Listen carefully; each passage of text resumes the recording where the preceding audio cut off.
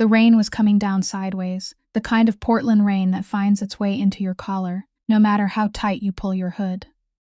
I was driving home from the grocery store on Hawthorne Boulevard, my wipers struggling to keep up, when I saw her, an 11-year-old girl, soaked through, sitting on the curb outside the old abandoned laundromat, at the corner of 37th and Division.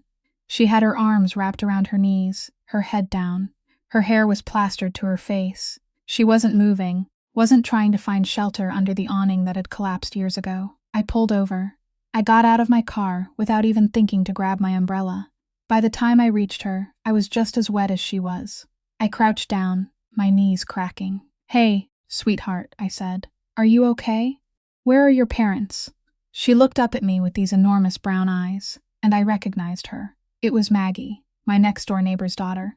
I'd seen her playing in the yard 100 times. Her red bike always left tipped over in the driveway.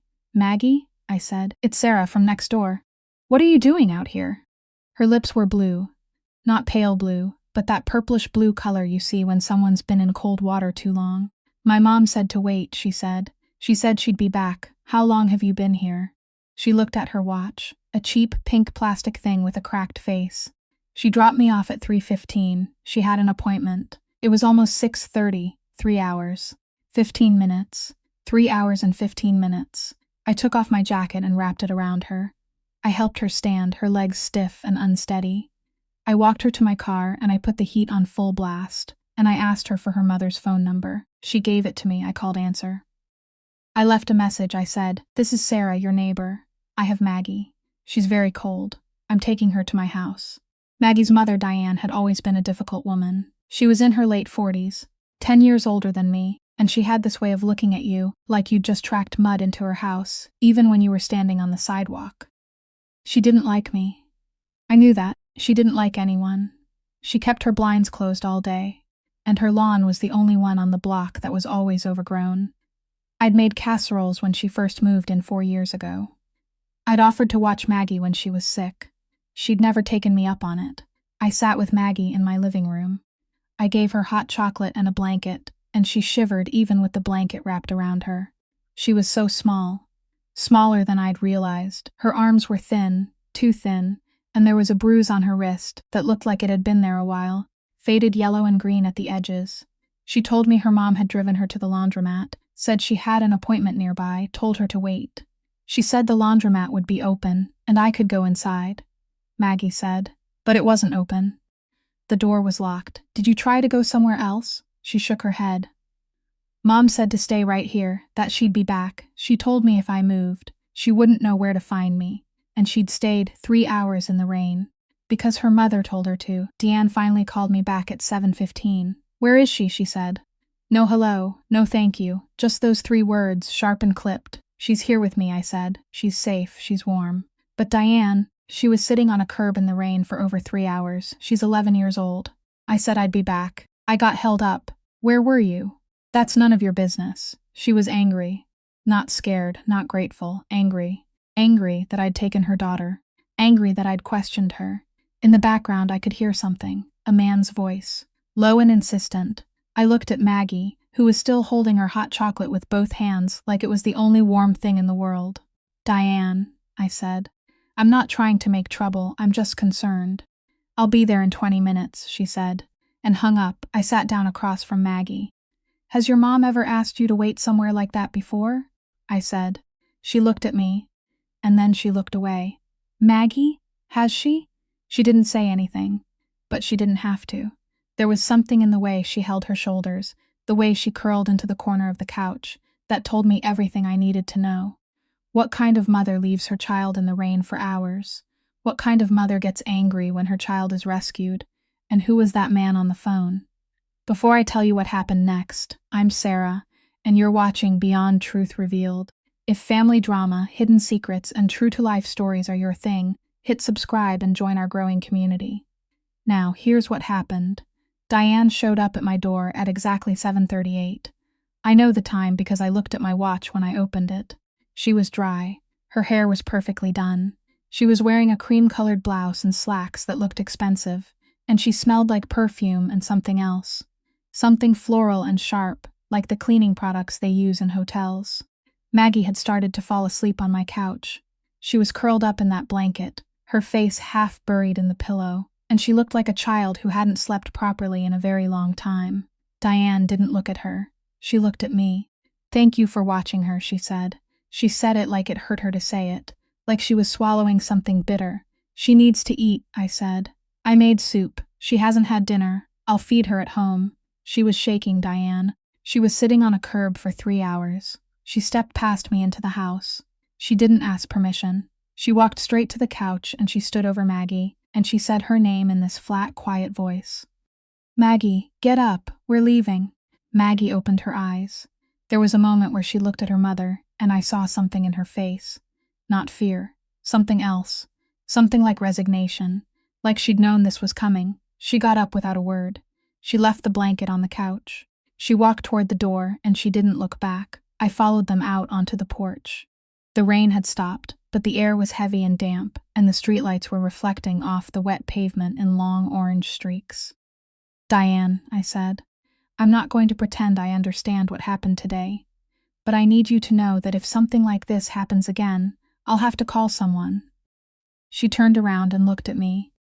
"You don't know anything about me," she said. "You're right. I don't. But I know what I saw today." She got in her car and drove away.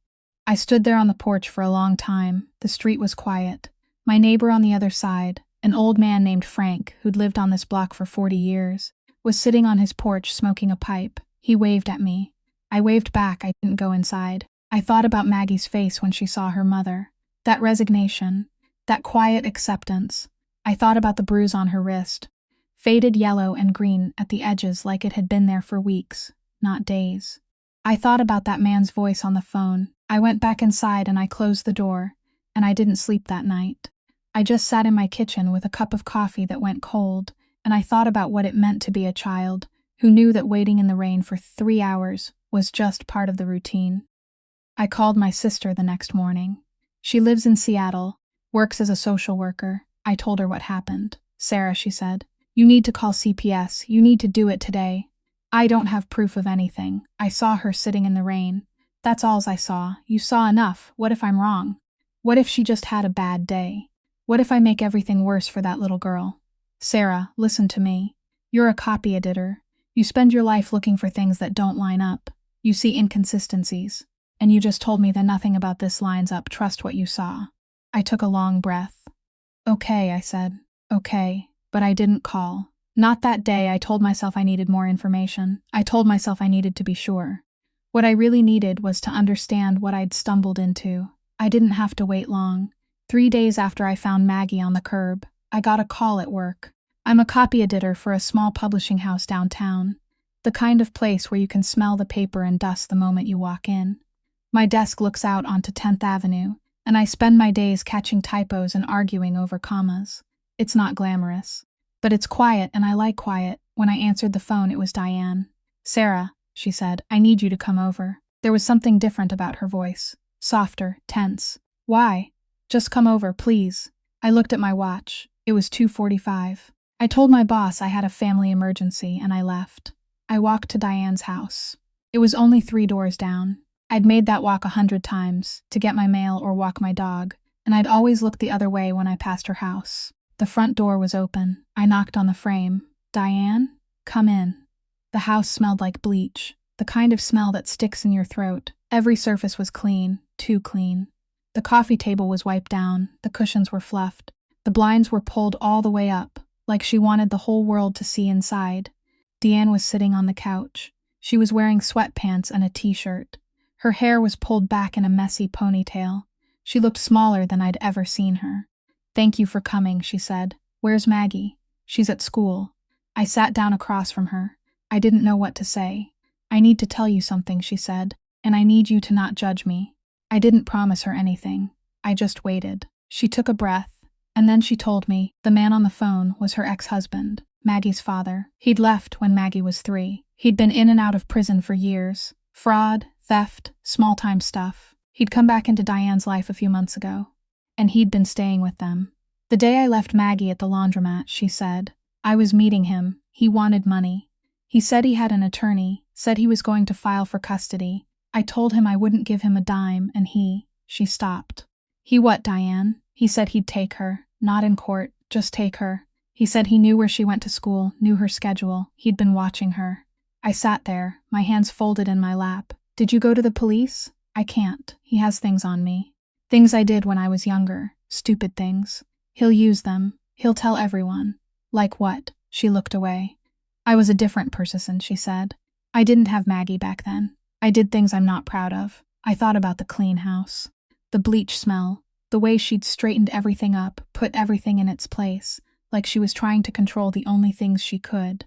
Why are you telling me this? I said. Because I need someone to know.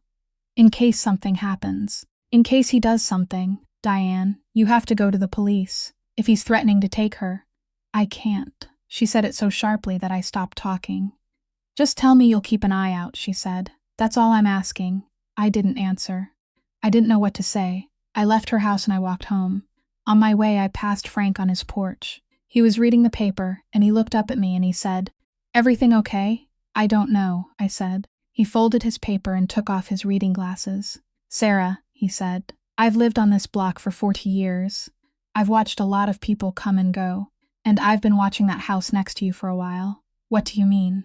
"Last week, I saw a man leaving, late at night. He had a duffel bag. He wasn't wearing a jacket even though it was cold." "When? Tuesday?" 2 days before I found Maggie in the rain. What did he look like?" Frank shrugged.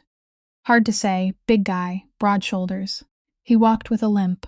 I thanked him and went inside. I sat in my kitchen, and I looked through my window at Diane's house. The blinds were closed again. The lights were off. Something was wrong. I knew it. But I had no proof of anything except a child left in the rain, and a neighbor who told me a scary story about an ex-husband. The new person arrived on a Saturday. I was in my front yard, pulling weeds, when a car pulled up to Diane's house. Not the beat-up sedan Diane drove, a new car. A silver sedan with tinted windows. A woman got out. She was about my age, well-dressed. A red trench coat, heeled boots, a leather briefcase. She walked up to Diane's door and knocked. I watched from my yard, pretending to be absorbed in my weeds. Diane answered. She didn't look happy. She crossed her arms, she said something, and the woman said something back, and then Diane stepped aside and let her in. The woman was in there for about an hour. When she left, I got a good look at her face. She was blonde, sharp features. She looked like someone used to getting what she wanted. She got in her car and she drove away. I went inside and I called my sister. "Something happened today," I said. "A woman showed up at Diane's house. She looked official. Did you get her name?" "No." "She drove a silver sedan. Tinted windows. That could be anyone. I know. Sarah, have you called CPS yet?" "Not yet." "Call them, Sarah. Make the report." I said I would, and I hung up. But the next day, I talked to Frank again. He was on his porch, same as always, and he told me he'd seen the woman too. She'd stopped to talk to him, he said. She'd asked him about the neighborhood, about the block. She'd asked him about Diane. "What did you tell her?" I said. "Nothing. I don't talk to strangers. Do you know who she was?" He shook his head, but she had a badge, a gold one. She showed it to me before she asked her questions.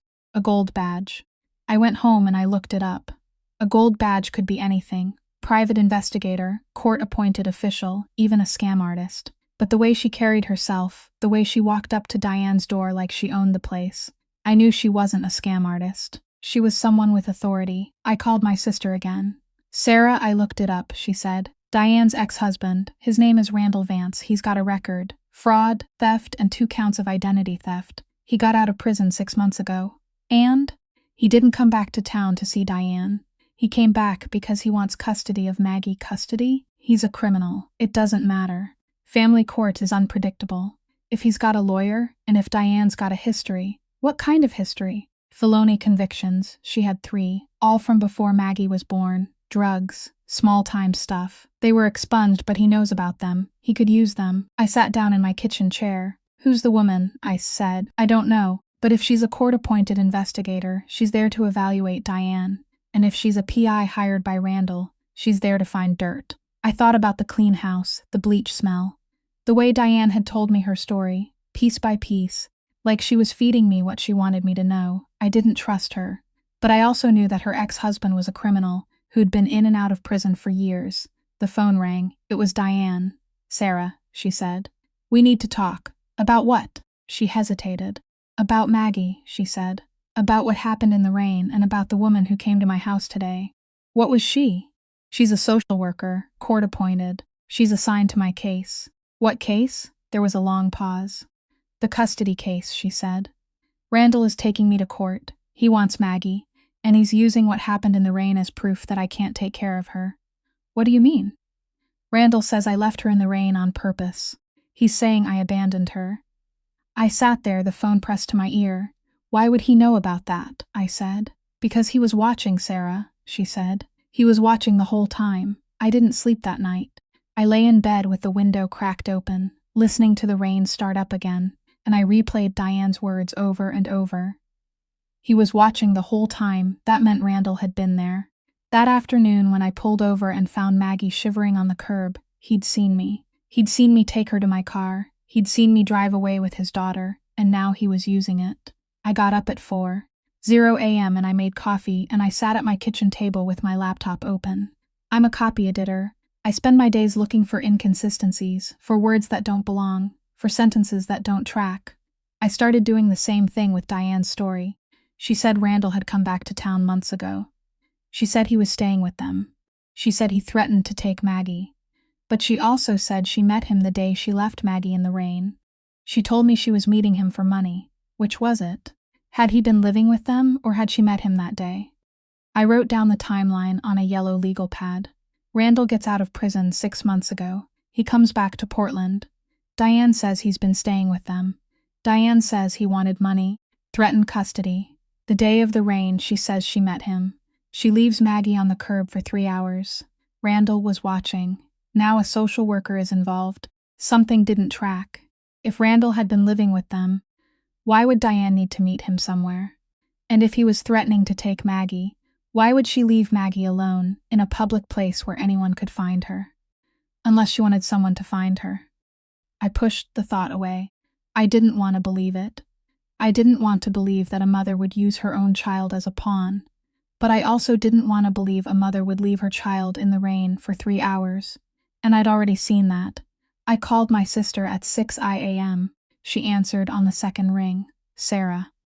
I know. I need you to tell me something. If a parent leaves a child unattended in public, and someone else finds the child and takes them home, what happens to the parent? She was quiet for a moment. I could hear her moving around her kitchen, probably making tea. Depends on the state, she said. In Oregon, leaving a child under 12 unattended for an extended period can be considered neglect. But there's a lot of gray area. Could it be used in a custody case? Absolutely. It's evidence of poor judgment. It could be used to show the parent isn't fit. Could it be used by the other parent to get custody? She paused. Sarah, what aren't you telling me? I told her everything. The ex-husband, the custody case, the social worker. I told her about Randall watching from somewhere, about the timeline that didn't add up. She listened without interrupting. Sarah, she said when I finished, you need to be careful. If Randall is watching Diane's house, he's watching your house too. He knows who you are. He knows you took Maggie. I'm not afraid of him. You should be. He's been in prison twice. He's got nothing to lose. I hung up and I sat there, the coffee cold in my mug. That afternoon, I went to the grocery store on Hawthorne. I was in the produce aisle, reaching for a bag of apples, when I felt someone behind me. I turned around, a man. Big, like Frank had said, broad shoulders. He had a limp favoring his right leg. He was wearing a black jacket and a baseball cap pulled low. He was looking at me, not glancing, not passing by looking. I put the apples in my cart and I moved toward the dairy section. He followed. Not close, but close enough. I could see him in the reflection of the freezer doors. I stopped at the end of an aisle, and I turned around and I faced him. Can I help you? I said. He smiled. It wasn't a friendly smile. You're the neighbor, he said. The one who took my daughter. My heart was steady. I made sure of it. I kept my voice even. You must be Randall. That's right. She's a sweet girl. You should be proud of her. I am proud of her. That's why I'm getting her back. I didn't say anything. I just stood there, holding my shopping cart, my knuckles white on the handle.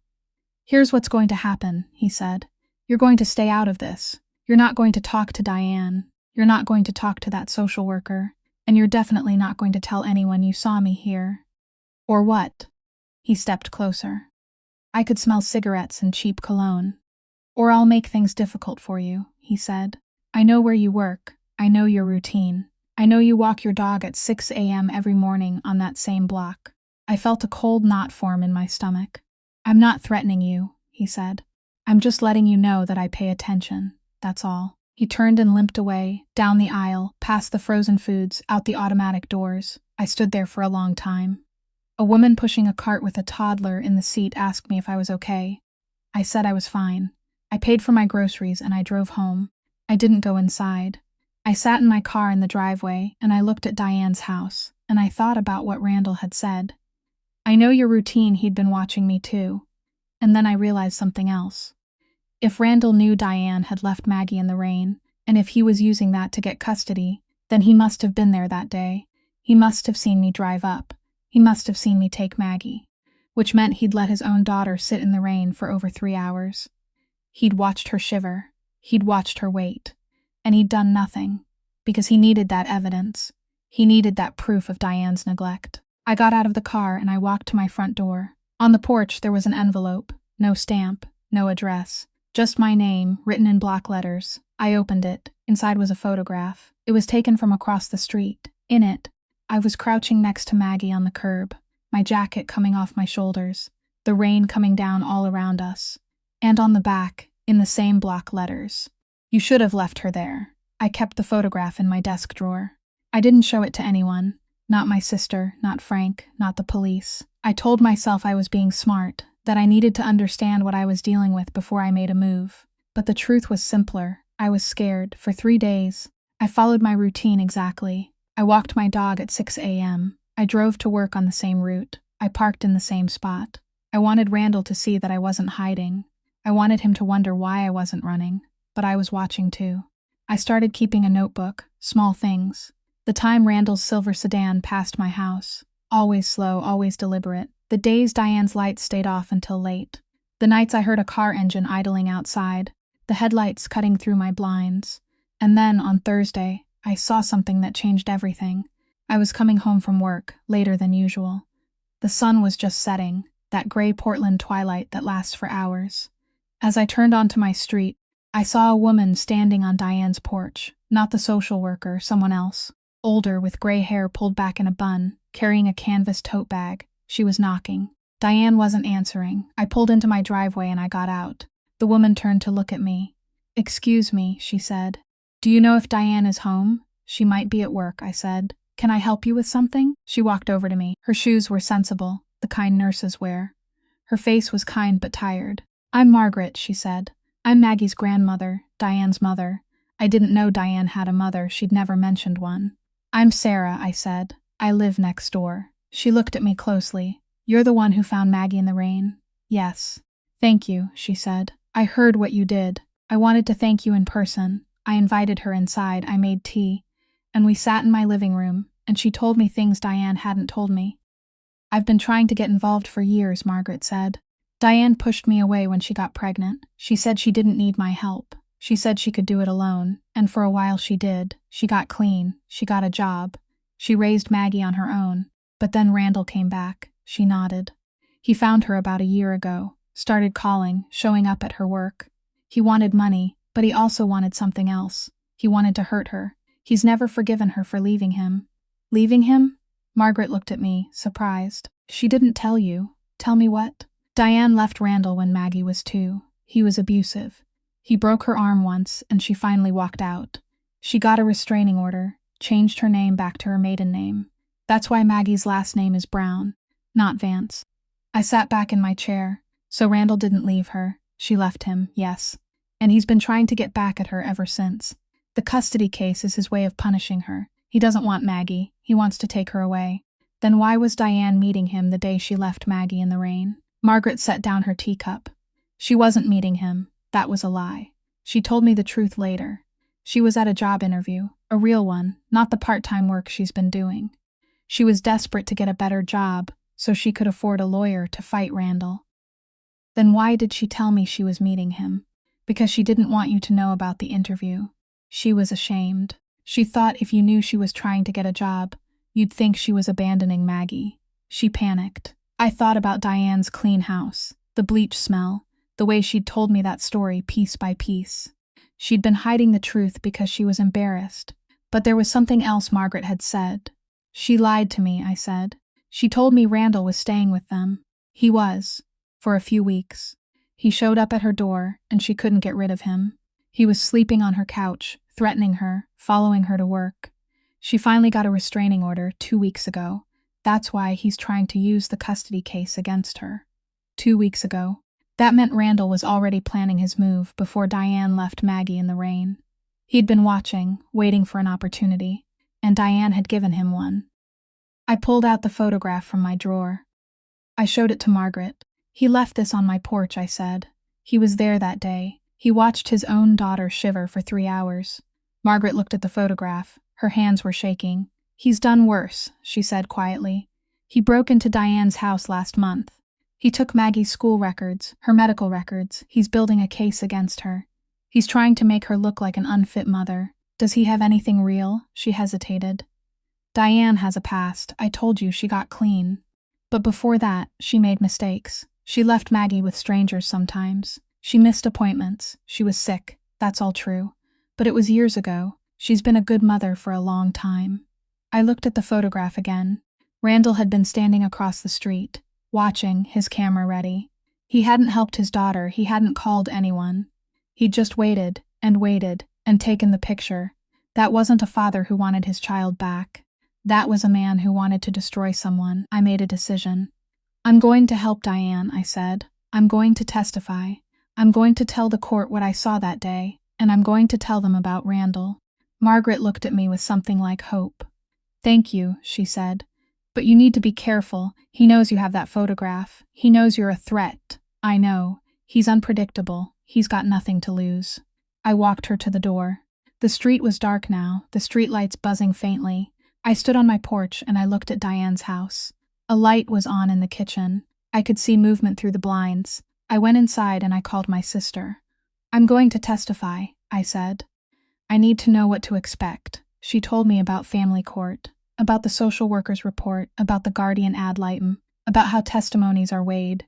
She told me that my evidence, the photograph, my personal account of finding Maggie, could be pivotal. But she also told me one more thing. Sarah, if Randall finds out you're planning to testify, he'll try to stop you. He might try to intimidate you. He might try to destroy your credibility. He already tried that. He'll try harder. I hung up and I sat in my kitchen, the photograph in front of me. I knew what was coming. I knew Randall would show up again. I knew he'd try to scare me into silence, but I also knew something he didn't know.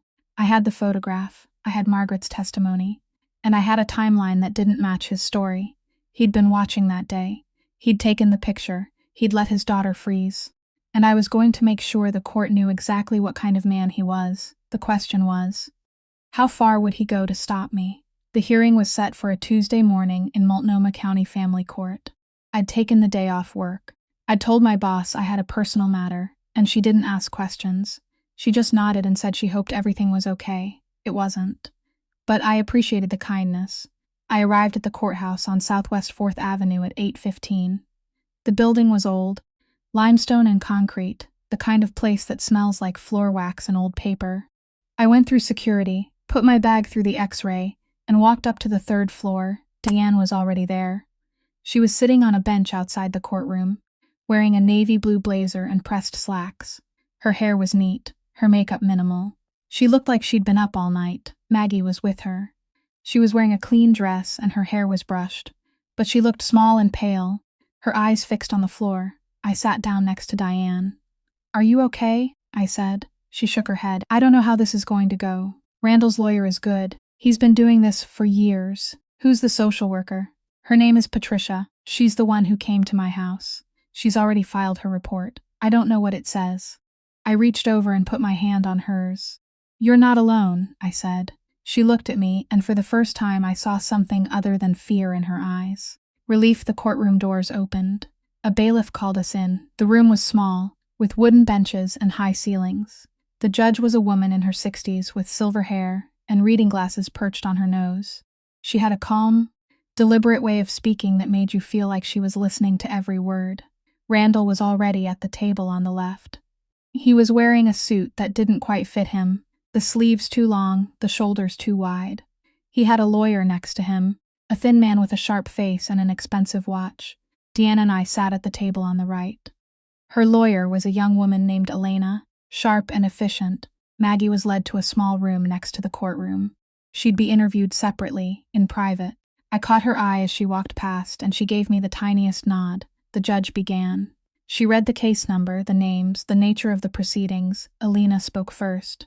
She laid out Diane's case, that she was a fit mother, that she'd been clean for over a decade, that she'd maintained stable employment and a stable home. She mentioned the restraining order against Randall. She mentioned the abuse Diane had suffered years ago. Then Randall's lawyer stood up. "Your Honor," he said, "the petitioner, Mr. Vance, is seeking custody of his daughter due to the respondent's demonstrated pattern of neglect and endangerment.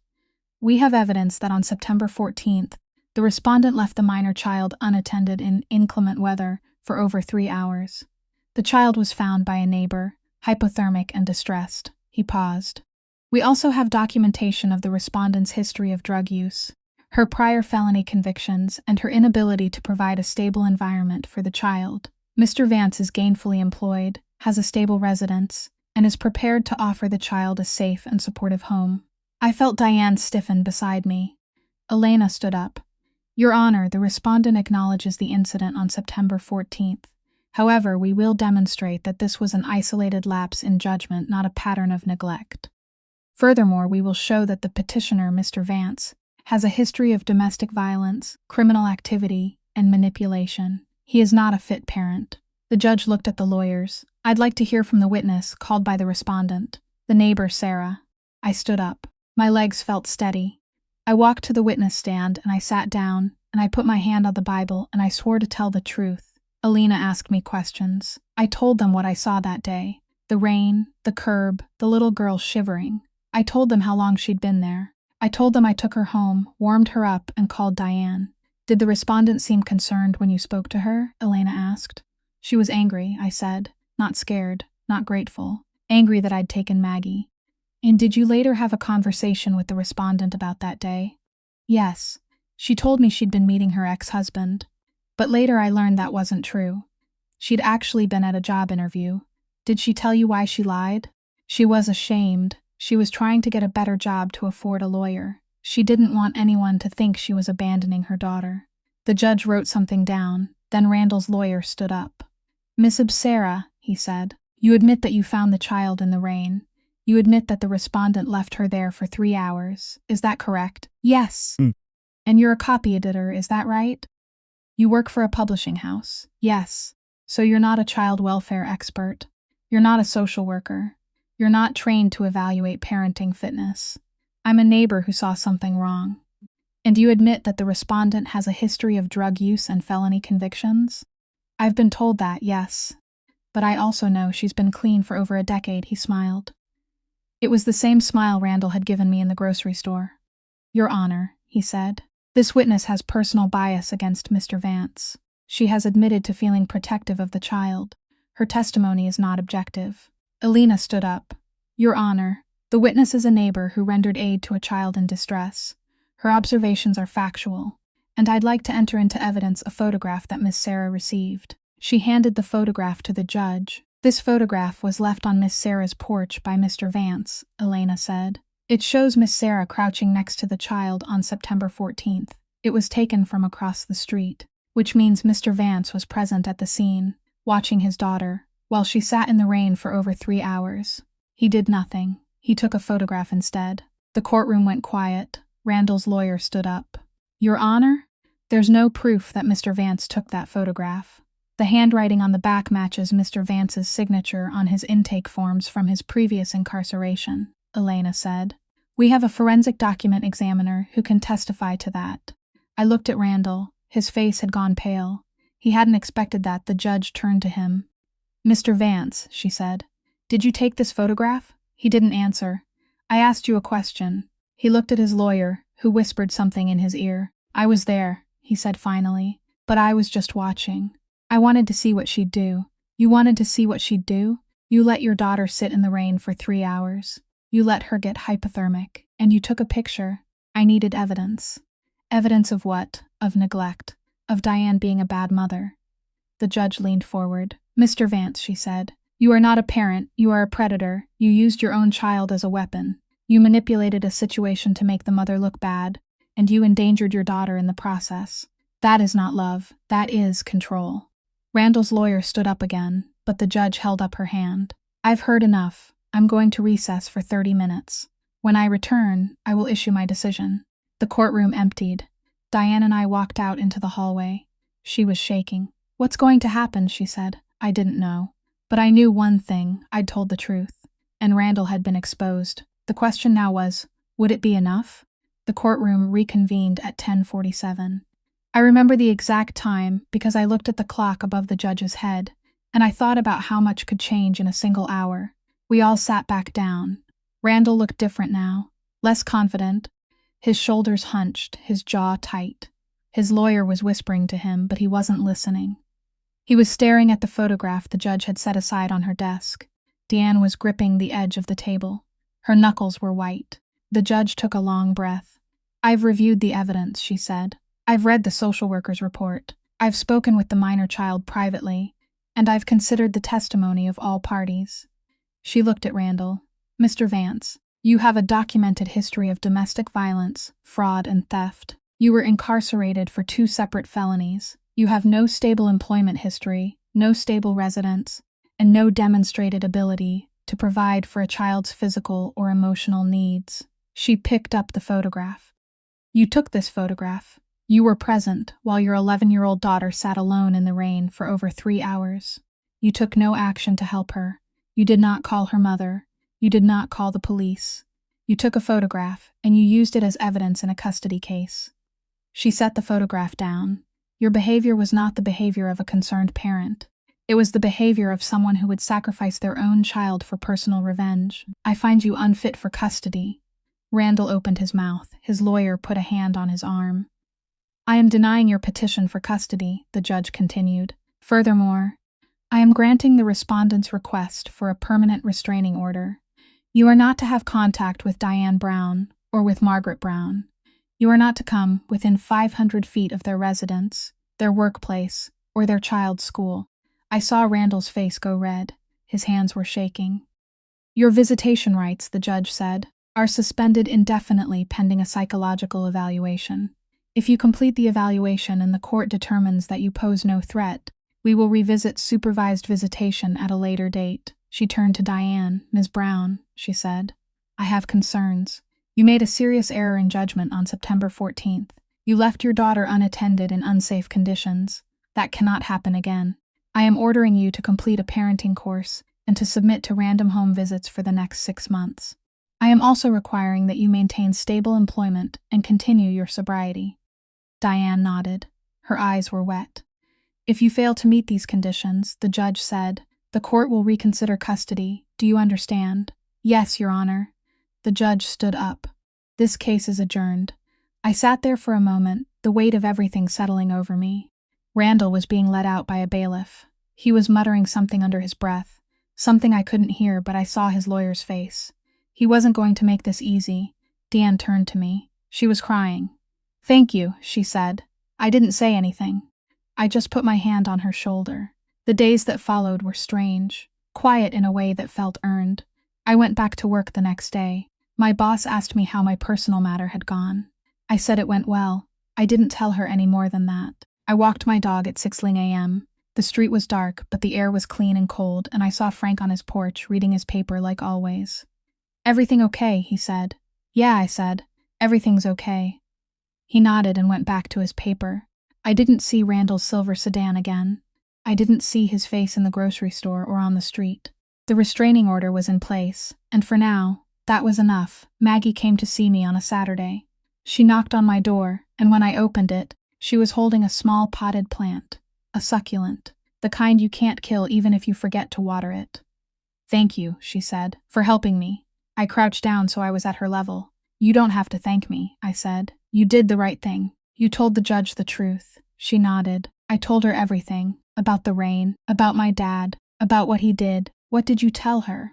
She was quiet for a moment. I told her my dad is scary, she said. I told her he doesn't love me. He just wants to hurt my mom. I felt something catch in my throat. Are you okay? I said. She nodded again. I'm okay. Mom's getting better. She's going to parenting class. She's working harder. She's trying. That's good, Maggie. That's really good. She handed me the succulent. I wanted to give you this, she said, so you don't forget. I took it. It was a small thing, green and unremarkable, but I held it like it was made of glass. Thank you, I said. I won't forget. She smiled. And then she ran back to her house. Her red bike tipped over in the driveway like always. I went inside and I put the succulent on my kitchen windowsill. It was small and unassuming, but it was alive. It was green. It was growing. A year passed. Diane finished her parenting course. She kept her job at the insurance agency, and she was promoted to a full-time position with benefits. She stopped pulling her blinds closed during the day. She started leaving her front door open when the weather was nice. Maggie grew taller. She got a new bike, a blue one, and she stopped leaving it tipped over in the driveway. She started waving at me when I walked my dog in the morning. Randall didn't show up. I heard from my sister that he'd been arrested again. Petty theft, nothing major. He was back in prison, serving a short sentence. The custody case was closed. I sat on my porch one evening, the summer light soft and golden, the air warm and still. Frank was on his porch, smoking his pipe. Diane was in her front yard, planting flowers with Maggie. Maggie saw me and waved. I waved back. I thought about that day in the rain. The way she'd been sitting on the curb, her small body shaking, her eyes fixed on the ground. I thought about how I'd pulled over without thinking, how I'd wrapped my jacket around her, how I'd driven her home. I didn't think about Randall anymore. I didn't think about the photograph or the threats or the fear that had sat in my stomach like a stone. I thought about Maggie. I thought about how she'd grown. I thought about how she'd told the judge the truth, even though it was hard. I thought about how sometimes the smallest things, a neighbor with a jacket, a hot chocolate, a potted plant, could change everything. I watered the succulent on my windowsill, and I sat down on my porch, and I watched the sky turn pink and orange, and I listened to Maggie laughing in the yard next door. That was enough.